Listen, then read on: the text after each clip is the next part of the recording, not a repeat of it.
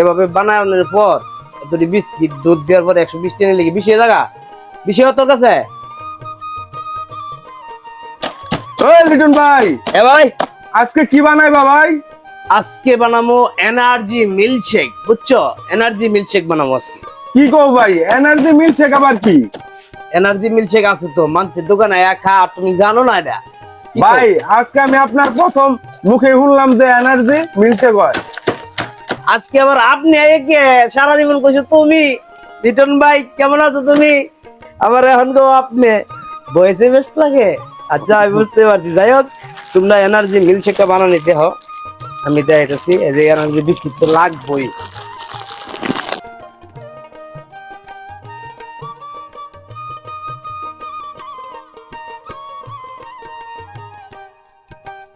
ওই লিটন ভাই, হ্যাঁ ভাই এত এনার্জি ডালতাছো, কয়টা বানাইবা? বানাবো 8-9টার মতো হইব, 9টা বানাবো একসাথে, সেই মজা এনার্জি মিল্কশেক।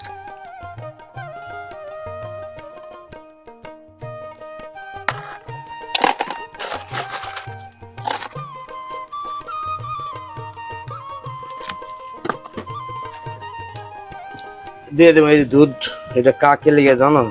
দুধের কারণে দুধ দিয়ে যখন বানাই তখন এই জ্ঞানটাই অন্যরকম হয়। করে দিব চিনি।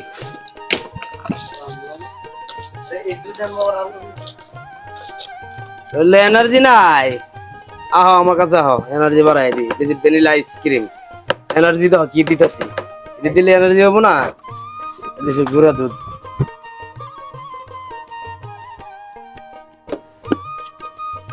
বিসমিল্লাহির রহমানির রহিম।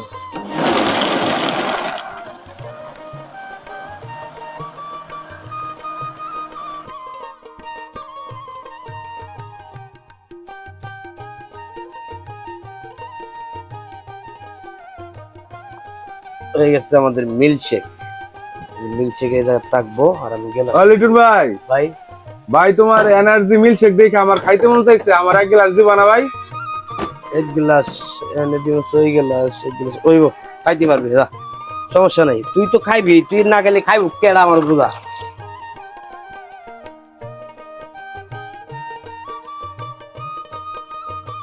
বিসমিল্লাহির রহমানির রহিম।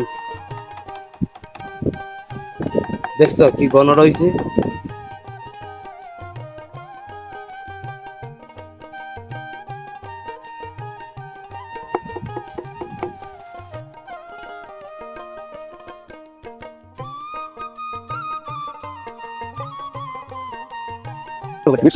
দুধ চিনি দেওয়া না তাহলে কম দিছই।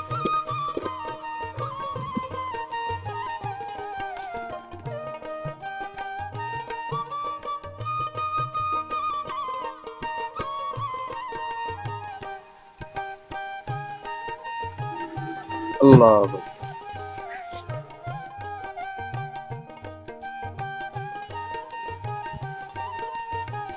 নাও, এসে একবার রেডি নাও, তোমার আগে দিই।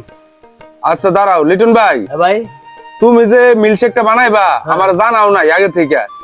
কাস্টমার যদি আহে তাইলে এই মিল্কশেকের দাম কত নিবা? কাস্টমার আহে না, কাস্টমার অলরেডি খা 120 টাকা করে নিতেছি মাত্র, বুঝছো? 120 টাকা, 120 টাকা তো নিতে আপনারা এবার কমেন্টে বললেন। এভাবে বানানোর পর দুটি বিস্কিট দুধ দেওয়ার পর 120 টাকা লেগে 20 টাকা 20 তোর কাছে। না আমার কাছে তো ঠিকই আছে। উত্তর দেশ না কে, দেরি করছে নে, এই গুলে যেতেছে তার দিয়া যা। আমার মিল্কশেকটা কেমন হয়েছে আজকে বানানো এনার্জি মিল্কশেকটা আপনারা বলবেন কমেন্টে।